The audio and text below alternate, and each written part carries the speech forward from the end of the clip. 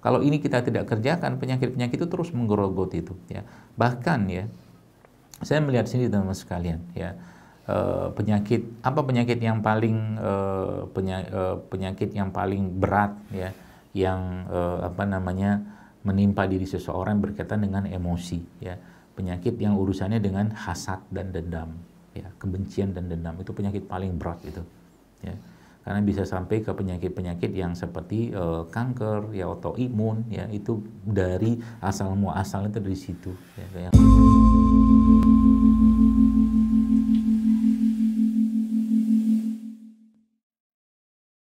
Bismillahirrahmanirrahim. Assalamualaikum warahmatullahi wabarakatuh.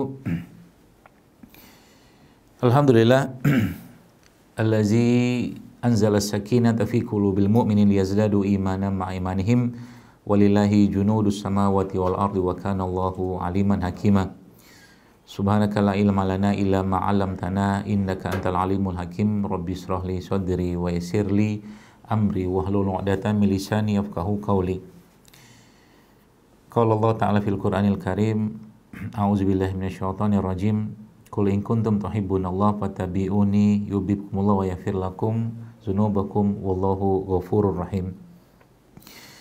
Alhamdulillah, kita tentunya bersyukur pada Allah Subhanahu wa taala di hari-hari yang Allah siapkan kepada kita untuk dosa-dosa kita, raga kita yang penuh dengan hal-hal yang tidak baik yang kita masukkan dari makanan, ruh kita, jiwa kita yang selama ini mungkin teracuni dengan berbagai macam racun-racun dunia, atau mungkin racun pikiran kita sendiri atau racun hati kita sendiri.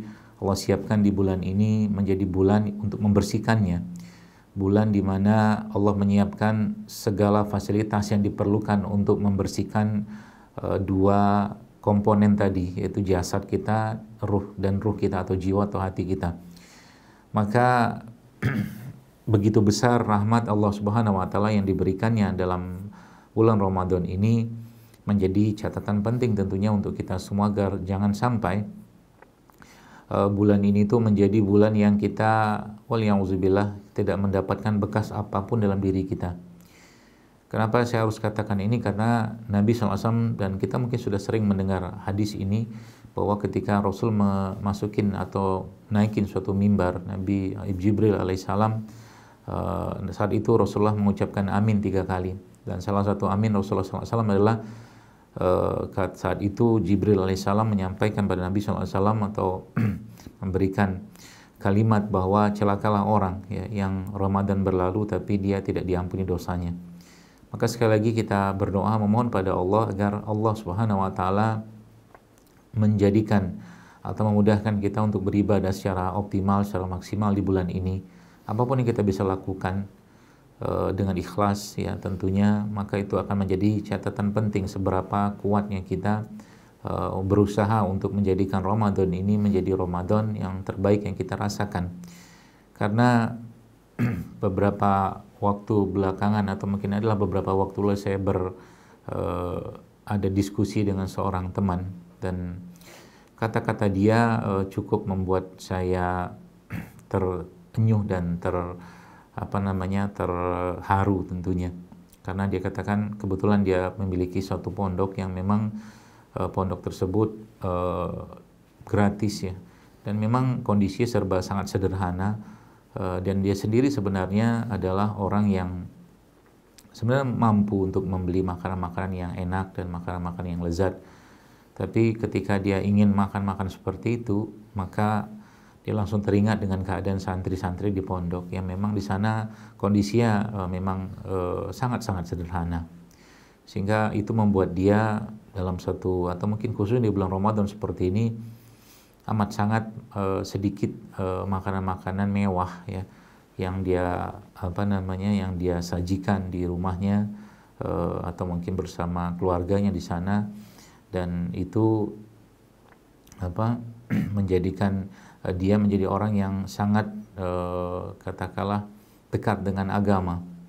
Maka ada satu juga yang saya mendapatkan satu video, yang video tersebut juga memberikan sebuah pedoman, atau mungkin bukan pedoman tapi kata-katanya itu sangat menarik buat saya. Dia katakan dalam video tersebut, Ramadan is a month of fasting. fasting, is not a month of feasting. Jadi Ramadan itu bulan berpuasa, bukan bulan berbuas-buas dengan makanan. Kenapa teman-teman sekalian saya ini menjadi pembukaan saya? Karena memang kita tahu bahwa sosok diri kita, jasad kita ini sebenarnya itu memiliki panglima atau memiliki raja, memiliki sosok lain yang menjadi pengendalinya, dan seringkali pengendali tersebut jauh lebih berkuasa, atau harusnya dia jauh lebih berkuasa ketika berada pada tuntunan syariat, dan dia bisa mengendalikan apapun yang ada dalam diri kita, bahkan hawa nafsu kita pun itu bisa dikendalikannya. Namun ketika dia sudah bermasalah, maka semua anggota tubuh pun itu akan ikutan bermasalah.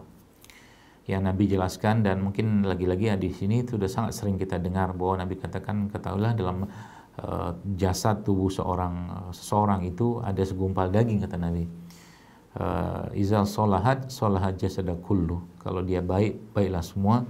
Wa iza fasada jasada kullu, kata Nabi. Kalau dia rusak, rusaklah semua. Hadis tersebut tentunya sudah sangat sering kita dengar, tapi sering kalinya aplikasi dalam kehidupan kita tidak menempatkan porsi yang terbaiknya, sehingga banyak orang yang akhirnya hidup dalam kegelisahan sang raja. Banyak orang yang kehidupannya selalu dalam kondisi gelisah-gelisah, yang gelisah tadi menyebabkan dirinya semakin lemah, dan bahkan dunia ini semakin sempit untuknya. Bukan kegelisahan yang kaitannya dengan akhirat, bukan kegelisahan yang kaitannya dengan bagaimana persiapan bertemu dengan Allah, bukan kegelisahan tentang amalnya apakah diterima atau tidak, dan bagaimana dia memanfaatkan hidupnya. Itulah kegelisahan akhirat. Maka sang raja tadi, teman-teman sekalian, seringnya ya berada pada posisi yang tidak sehat, ya. Berada pada posisi yang tidak sehat, sehingga apapun yang ada dalam kehidupannya itu menjadi sesuatu yang kadang hal kecil saja itu bisa melemahkan dirinya, ya. Kadang hal kecil itu bisa membuat dia tidak semangat lagi. Padahal sekali lagi Nabi sudah memberikan informasi tadi, ya, barang siapa yang menjadikan kegelisahan atau kegundahan adalah akhirat, maka dunia itu akan mengikutinya. Dan sebaliknya, barang siapa yang menjadikan dunia menjadi kegundahannya, maka dia terus akan merasakan kesempitan dunia. Maka kalau kita memahami hal-hal seperti ini dalam berkehidupan kita sebagai seorang hambanya Allah, maka sebenarnya kehidupan seorang mukmin itu adalah kehidupan yang penuh dengan semangat, penuh dengan sebuah komitmen, ya, yang bahkan kita tahu bahwa doa bangun tidur saja sudah memberikan satu motivasi untuk kita. Kenapa saya katakan motivasi? Kalaulah kita mungkin hari ini hari Jumat dan besok disampaikan akan ada ujian bagi yang mungkin sekolah atau kuliah seperti itu maka hari ini kita akan mempersiapkan diri kita dengan sangat luar biasa, dan bahkan disampaikan bahwa kita akan bertemu dengan dosen yang atau guru yang galak, yang sangat detail pertanyaannya. Maka kita akan sangat menjadikan hari ini hari yang begitu penuh dengan tebaran buku di kamar kita mungkin, atau mungkin kita mendengarkan rekaman-rekaman kajiannya atau mungkin kuliahnya, ya, seterusnya, sampai nanti kita bisa bertemu dia dalam keadaan kita paling tidak sudah belajar. Maka doa bangun pagi yang kita baca, ya Allah, alhamdulillahillazi ahyana ba'da amatana wa ilaihin nusyur, dan kepada Allah lah kita akan bertemu dan akan kita dikembalikan, ya. Maka harusnya pagi itu sudah menjadi hari yang semangat untuk kita semua. Dan ini semua teman-teman sekalian menjadi sebuah awal dari katakanlah kesegaran dari hari itu, dimulai dari bagaimana seorang itu merasakan bahwa dia harus bersiap hari ini untuk mempersiapkan dirinya bertemu dengan Allah Subhanahu wa taala untuk sebuah pertemuan yang agung, ya. Maka kalau kita mempelajari apa yang sudah diajarkan Nabi SAW dalam doa-doa beliau SAW, maka harusnya kita menjadi sosok mukmin yang tadi, ya, menjadikan diri kita itu sangat gelisah dengan urusan akhirat, bukan gelisah dengan urusan dunia. Jadi sehingga nanti kebahagiaan yang ingin kita raih di dunia itu bisa kita dapatkan dengan gelisahnya kita dalam urusan akhirat. Apalagi kalau kita lihat sekarang, ya, betapa banyak orang yang kemarin saya dikirimin juga foto dari atau lihat foto di mana Masya Allah ada ya la ilaha illallah lah, masya Allah, lihat orang-orang yang hidupnya sangat-sangat tidak berkecukupan, ya rumahnya itu mungkin kalau saya lihat itu cuma plastik saja, ada mungkin tikar-tikar yang dia susun di situ ya dengan kondisi yang sangat-sangat mengenaskan. Maka saya kadang-kadang mikir kayak gitu tuh, ya Allah, begitu besarnya nikmat yang kita dapatkan ya. Bahkan mungkin Zoom ini pun sudah sangat luar biasa bagi orang-orang yang hari ini pun mungkin tidak tahu harus makan apa, atau berpuasa, atau mungkin berbuka puasa nanti dengan apa. Jadi lagi-lagi pilihan kita hidup itu teman-teman sekalian cuma dua ya, kalau nggak kita bersabar, kalau nggak kita bersyukur. Dua-duanya itu pun kata Nabi SAW adalah keutamaan untuknya. Ya, mengagumkan kata Nabi SAW urusan seorang mukmin itu, kalau dapat ujian dia bersabar, kalau dapat nikmat dia akan bersyukur. Pada akhirnya juga nanti kita akan tahu bahwa apapun yang Allah berikan itu itulah yang terbaik. Nah, dari beberapa hal yang saya tadi jelaskan itu, maka sebenarnya keadaan kehidupan kita tiap hari itu adalah satu caranya Allah untuk menjadikan kita semakin hari itu semakin baik sangka dengan Allah Subhanahu wa taala. Saya ingat seorang guru saya dikatakan kepada saya waktu itu dalam sebuah obrolan, dikatakan saya itu kata beliau ya, subhanallah, semoga Allah jaga beliau, dikatakan tidak pernah berburuk sangka dengan Allah ya, sampai detik ini apapun yang Allah berikan untuk saya, kata beliau, itu saya akan katakan kalaulah itu bagus maka dia akan bersyukur, tapi kalaulah itu tidak sesuai dengan harapan ya, atau mungkin ekspektasi atau doanya beliau, maka beliau akan katakan, ya Allah, pengalaman apa lagi akan kau berikan dengan keadaan ini. Jadi tidak ada satupun hal yang membuat dia itu gusar, karena apa yang Allah berikan untuk dia pasti baik ya, apa yang Allah akan berikan, hatta itu sebuah ujian atau hal-hal yang tidak menyenangkan dalam dirinya. Nah, dari sini teman-teman sekalian, kita tahu bahwa kalau tadi judul kita bagaimana rahasia sehat ya ibu lahir dan batin seperti itu, maka kita harus tahu dulu apa yang membuat kita itu lemah ya, apa yang membuat kita itu lemah. Nabi SAW ya menjelaskan kepada kita bahwa Rasul itu menjelaskan bahwa beliau SAW berlindung dengan beberapa hal ya. Allahumma inni a'udzubika minal hammi wal hazan wa a'udzubika minal azzi wal kasal wa a'udzubika minal jubni wal bukhl wa a'udzubika min ghalabati daini wa qahri rijal.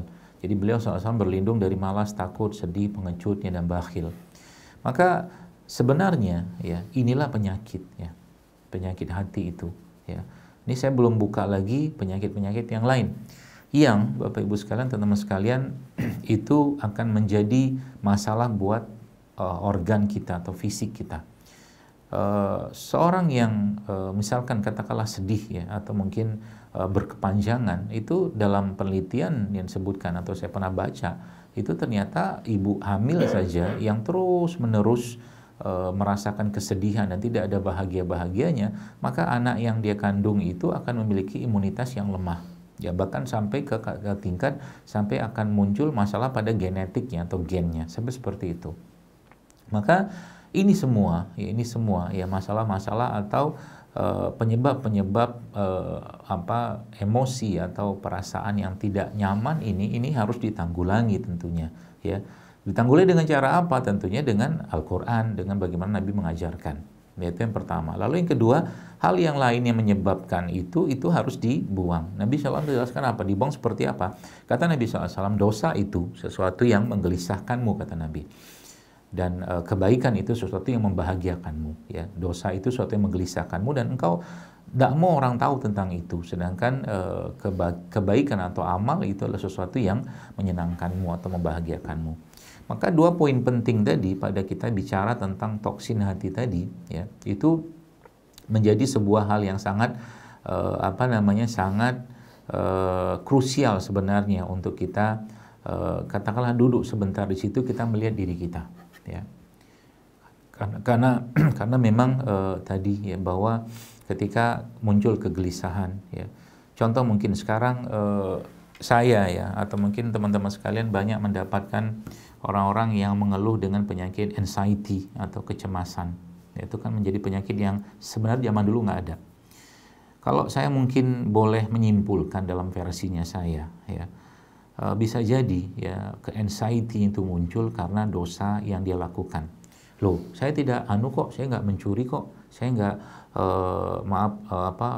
merampok atau gitu-gitu lah, dosa-dosa besar. Tapi pertanyaannya, mungkin pada kategori dosa yang kita anggap kecil saja itu bisa menimbulkan anxiety atau kecemasan tadi. Contoh, mungkin dia buruk sangka dengan Allah, contoh ya.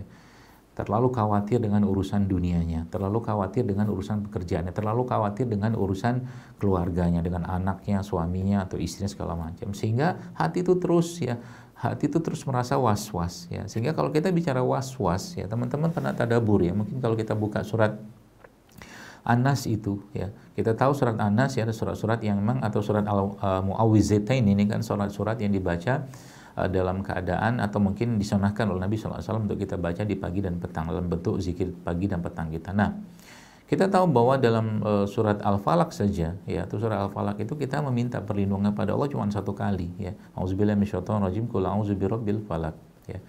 Wahai Rabb, kita berlindung qul a'udzu birabbil falaq ya, ke Rabb yang menguasai subuh, min syarri ma khalaq, dari kejahatan waktu subuh ya.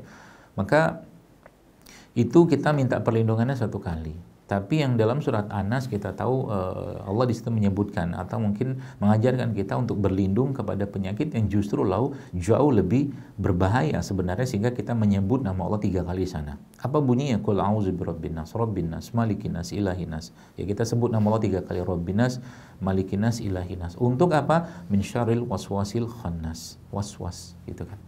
Jadi dari situ sebenarnya sebuah catatan penting dan sebuah hal yang menjadi tolak ukur untuk kita, bahwa penyakit-penyakit seperti ini ya teman-teman sekalian itu jauh lebih memberikan efek yang fatal ya pada diri seseorang, bahkan sampai ke kategori mungkin mungkin jin, bahkan sihir yang gampang masuk ke diri seseorang karena was-was itu tadi ya. Maka ini kita mulai harus merenungi gitu kan, dan ini boleh saya katakan menjadi penyakit yang bisa diturunkan ya. Sering saya sampaikan dalam beberapa kajian saya beberapa waktu belakangan ini, bahwa ketika seorang ibu ya yang sedang mengandung anaknya atau hamil gitu, kemudian ibu ini dalam kesehariannya tidak ada hal-hal yang membuat dia tuh merasa pede, misalkan dengan dia sebagai seorang muslim ya, yang dia pikirkan terus, saya ini dari keluarga biasa. Katakanlah misalkan dia pada satu titik bertemu atau menikah dengan seorang laki-laki yang mungkin dia soleh tentunya, tapi dia merasa was-was ya, bahwa siapalah aku gitu loh. Nah, itu akan jadi masalah buat dirinya dan anaknya, dan itu akan diteruskan. Maka dalam Islam itu kita tahu bahwa kemuliaan seorang muslim itu walaqad karamna bani Adam, kata Allah, dan kami telah muliakan keturunannya Adam. Allah bilang kayak begitu. Maka kita nih, status kita sebagai seorang muslim saja sudah cukup membuat kita tuh menjadi seorang yang mulia. Maka kita harus tadaburi itu baik-baik. Bahkan Allah sudah jelaskan bahwa kita tuh Allah nggak lihat ya, atau mungkin yang dilihat Allah itu inna akramakum, yang paling mulia di sisi Allah indallahi atqakum, kata Allah. Bahwa yang paling mulia di sisi Allah itu adalah orang-orang yang bertakwa. Tok, hanya itu saja. Mau dia putih kulitnya, mau dia mancung hidungnya, mau dia matanya lentik, bulu matanya banyak atau tidak, segala macam, nggak ada urusan buat Allah. Bahkan dalam sebuah hadis Nabi menjelaskan innallaha la yanzuru ila suwarikum. Allah nggak lihat wajah rupa kalian, Allah nggak lihat gitu loh. Bahkan Allah nggak lihat siapa kalian itu Allah nggak lihat, walakin yanzuru ila qulubikum. Tapi yang Allah lihat adalah hati-hati kalian. Jadi balik-balik ke sana aja.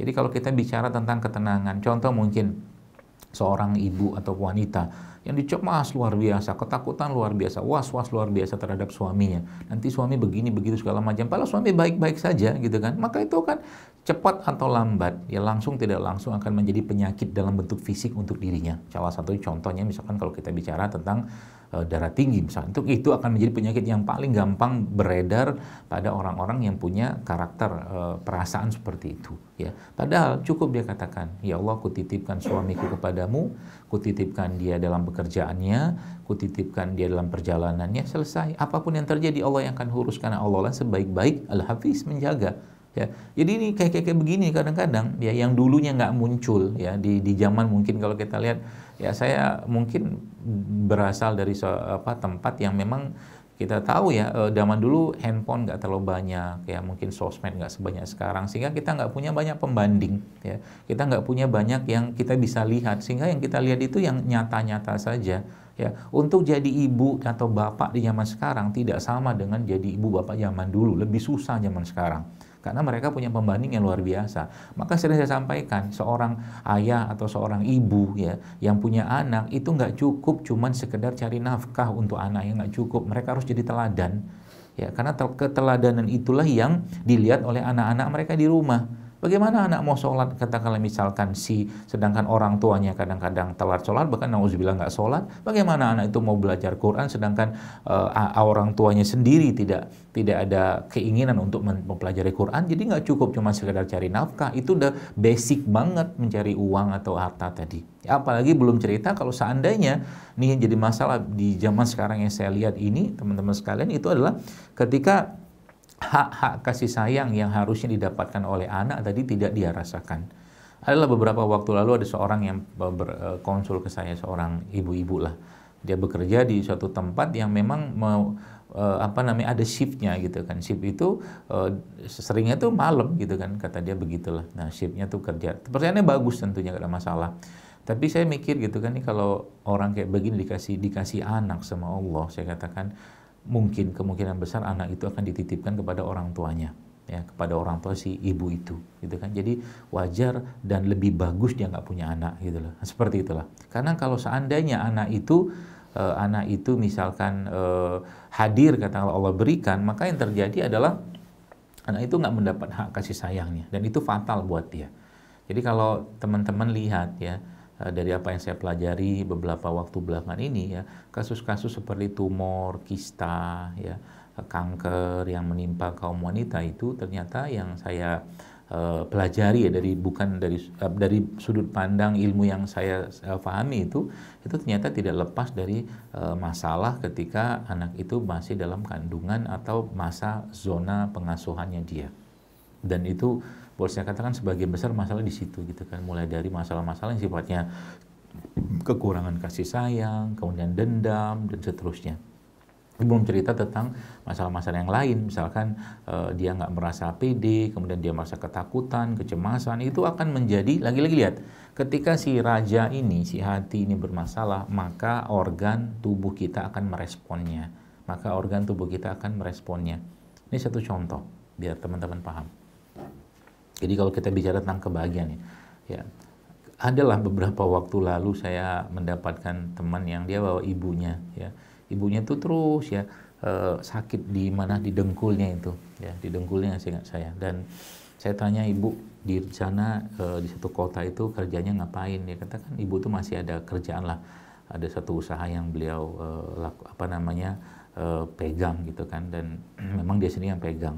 Tapi saya langsung menduga berdasarkan apa yang saya pahami.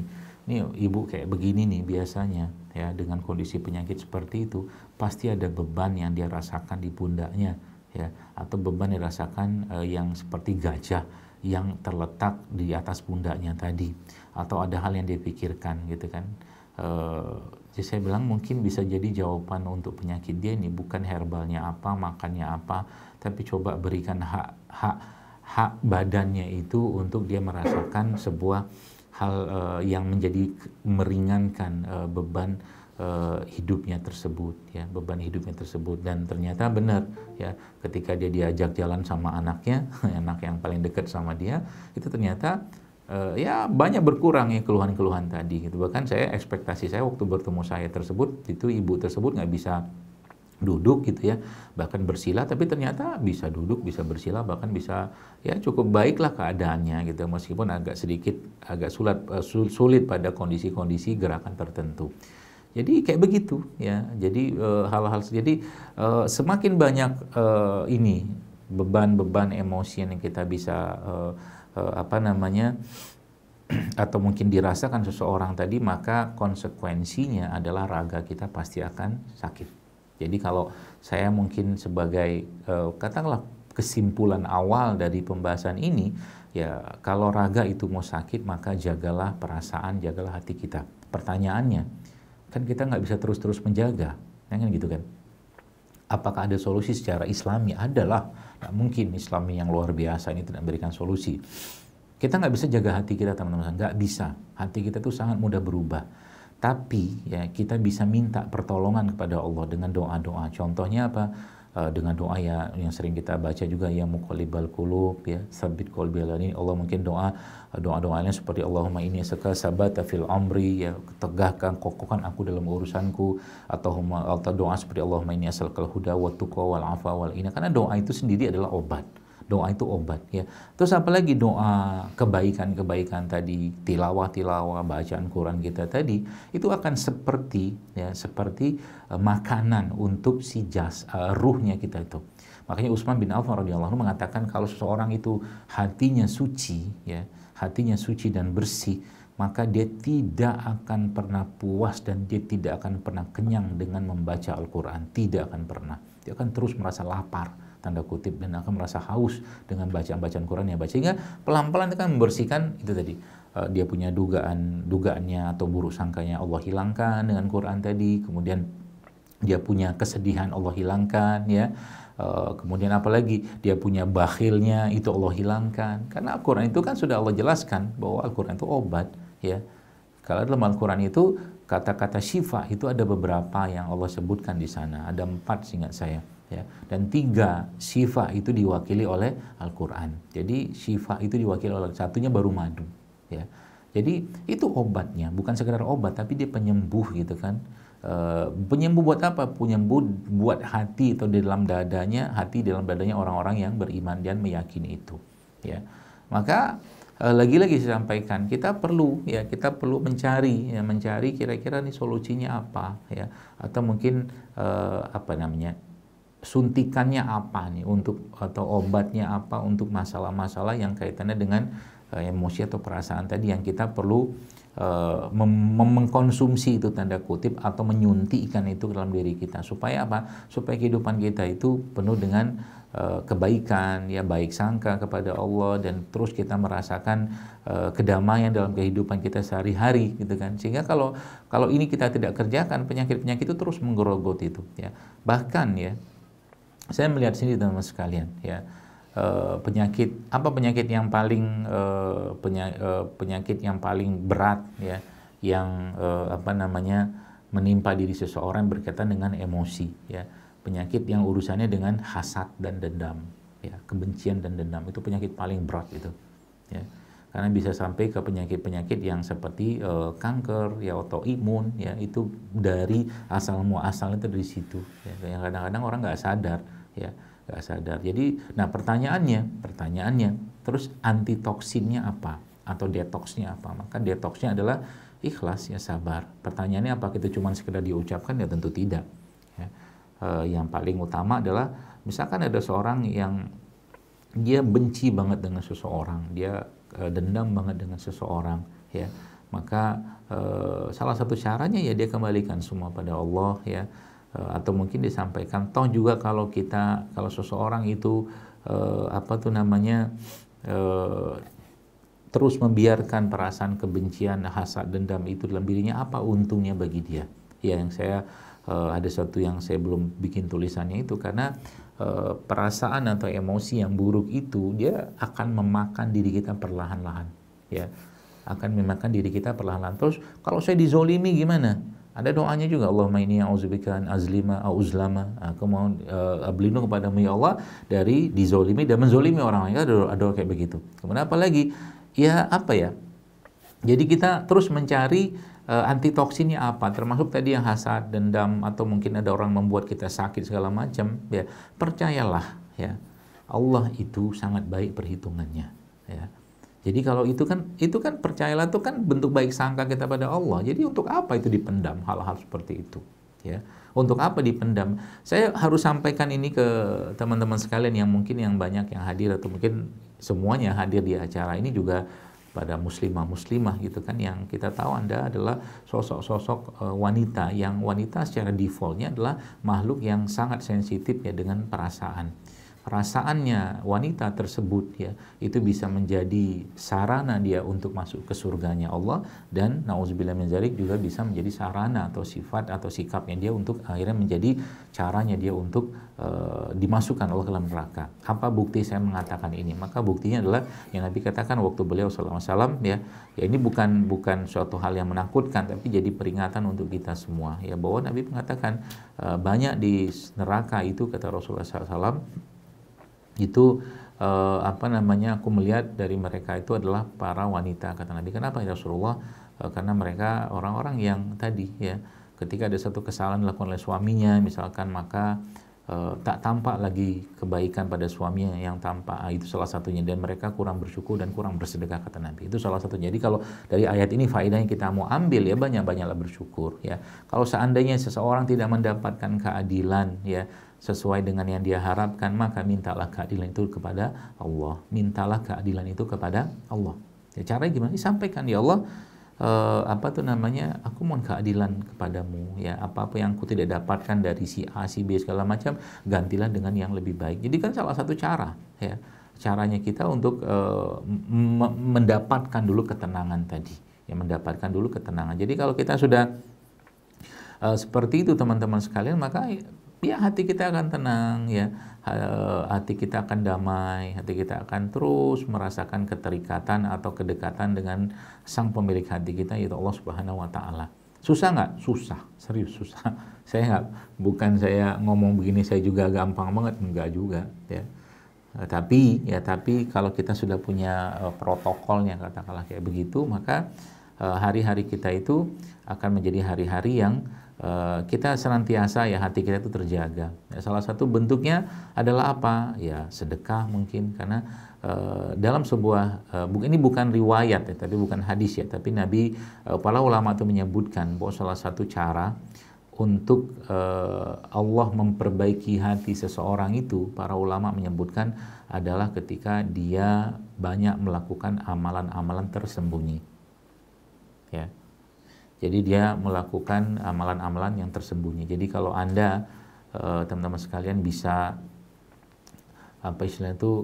melakukan amalan-amalan tersembunyi, contoh mungkin Anda bersedekah, yang tahu sedekah Anda itu cuma Anda saja kalau bisa ya, dan tentunya Allah pastinya ya, atau mungkin tidak usah orang banyak yang tahu misalkan, atau hanya 2 orang ya yang tahu, itu lebih sedikit lebih bagus, dan bahkan kalau nggak banyak yang tahu cuma Anda doang, itu lebih bagus, itu karena itu akan memperbaiki hati Anda. Jadi salah satu tips dan triksnya kayak begitu. Atau juga ada orang yang mengaku atau menyampaikan pada Rasulullah SAW, ya Rasulullah hatiku keras, kata Nabi apa? Berikanlah makan pada orang miskin, kata Nabi. Jadi memberi makan ya, memberi makan. Jadi memberi makan, apalagi makanan itu ya, coba deh ibu-ibu ya, ukhti-ukhti di sini yang menyaksikan acara ini ya, misalkan hati itu lagi sedang nggak nyaman gitu kan, Anda masak di rumah ya, Anda masak di rumah, lalu masakan tadi dengan masakan yang Anda bisa masak terbaik ya, atau segala macam itu makanan tadi Anda berikan pada fakir miskin dengan tangan Anda sendiri, itu rasanya akan sangat beda dibandingkan dengan Anda memberi atau membeli makanan tersebut ya. Atau lebih beda lagi kalau seandainya kita titip uang ke orang, itu akan lebih beda lagi ya, seperti itu. Itu caranya. Itu yang pertama kata Nabi SAW. Yang kedua apa? Mengusap kepala anak yatim. Jadi ada caranya, itu ada ya, caranya itu ada ya. Jadi ini menjadi sebuah hal yang kalau kita pelajari, tadaburi ya, bahwa sebenarnya apa-apa yang kita butuhkan dalam kehidupan di masa sekarang ini itu sudah ada pedomannya dalam syariat, dalam agama ya, dalam hadis-hadis Nabi SAW, atau mungkin petunjuk para ulama. Contoh nih, jadi dalam sebuah riwayat ya, ada namanya Wahab bin Munabbih. Jadi Wahab bin Munabbih ini ceritanya begini. Jadi ceritanya Wahab bin Munabbih ini seorang ulama lah ya. Dia katakan bahwa dari pernah tertulis di hikmahnya keluarga Nabi Daud alaihissalam ya, bahwa disebutkan di situ ya, hikmah keluarga Nabi Daud. Disebutkan bahwa jika engkau punya akal dan akalmu untuk kau menggunakan dengan baik ya, dengan optimal, kata dalam riwayat tersebut sebutkan itu, maka bagilah waktumu menjadi 4 waktu Ya, bagilah waktumu menjadi 4 waktu. Waktu pertama apa? Waktu pertama lah waktumu bersama Allah Subhanahu wa taala. Itu waktu yang pertama. Jadi kalau mau akal ini bekerja dengan baik ya, maka Wahab bin Munabbih mengatakan dari hikmahnya keluarga Nabi tersebut, yang pertama adalah siapkan atau alokasikan waktu itu waktumu untuk bersama Allah Subhanahu wa taala. Yang pertama. Lalu yang kedua apa? Waktu yang dipakai untuk memuhasabah diri. Ya, itu waktu yang kedua. Jadi mikir udah usia sekian, apa yang sudah dikerjakan, karya-karya apa, atau masih gini-gini aja, terus mulai dipikir kayak begitu. Nah kemudian waktu yang ketiga, nih, waktu untuk kita sebut, jadi ini menarik menurut saya, karena ini menjadi sebuah hal yang sebenarnya menjadi solusi buat kita untuk hidup kita itu lebih bermakna dan akal kita itu makin kuat gitu kan, akal ya, karena akal dan iman itu kan senjatanya atau mungkin kekuatan ya seorang muslim ya, seperti itu. Nah yang ketiga adalah waktu ngumpul bersama teman-teman ya, tapi teman yang seperti apa? Teman yang baik tentunya, teman yang memberitahu bahkan tentang cacatnya kita, kurangnya kita ya, bukan teman yang cuma isinya puja-puji tok gitu, itu bukan teman yang baik. Dalam riwayat ini sebutkan seperti itu ya. Jadi sama teman juga jujur. Nah, yang menarik adalah bahwa yang terakhir, waktu yang keempat itu waktu menikmati kita dan diri kita. Jadi kalau waktu ketiga itu waktu kongkow ya, atau waktu kongkow. Nah, waktu keempat ini adalah waktu kita menikmati kita dan diri sendiri ya. Ya, tapi ada syaratnya. Dia harus halal, lezat, indah, dan tentunya tidak berlebihan. Nah, yang menarik adalah ternyata teman-teman sekalian justru malah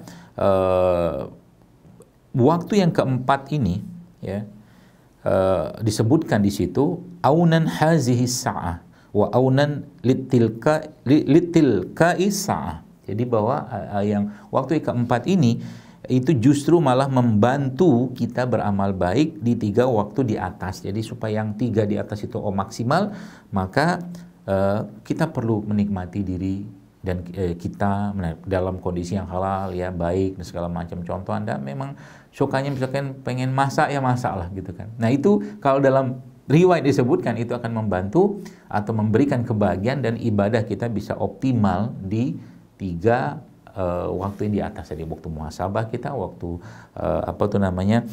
bersama Allah kita, dan waktu ngumpul-ngumpul bersama teman tadi. Jadi kan menarik. Jadi ini protokol-protokol kayak begini nih, kalau kita buka lagi bagaimana tulisan para ulama dan kaidah-kaidah para ulama ataupun dari Rasulullah, tentunya dari sahabat ya, ulama-ulama zaman dulu itu ada semua sebenarnya. Ya, jadi kadang-kadang saya nggak habis pikir gitu kan, ketika ada orang yang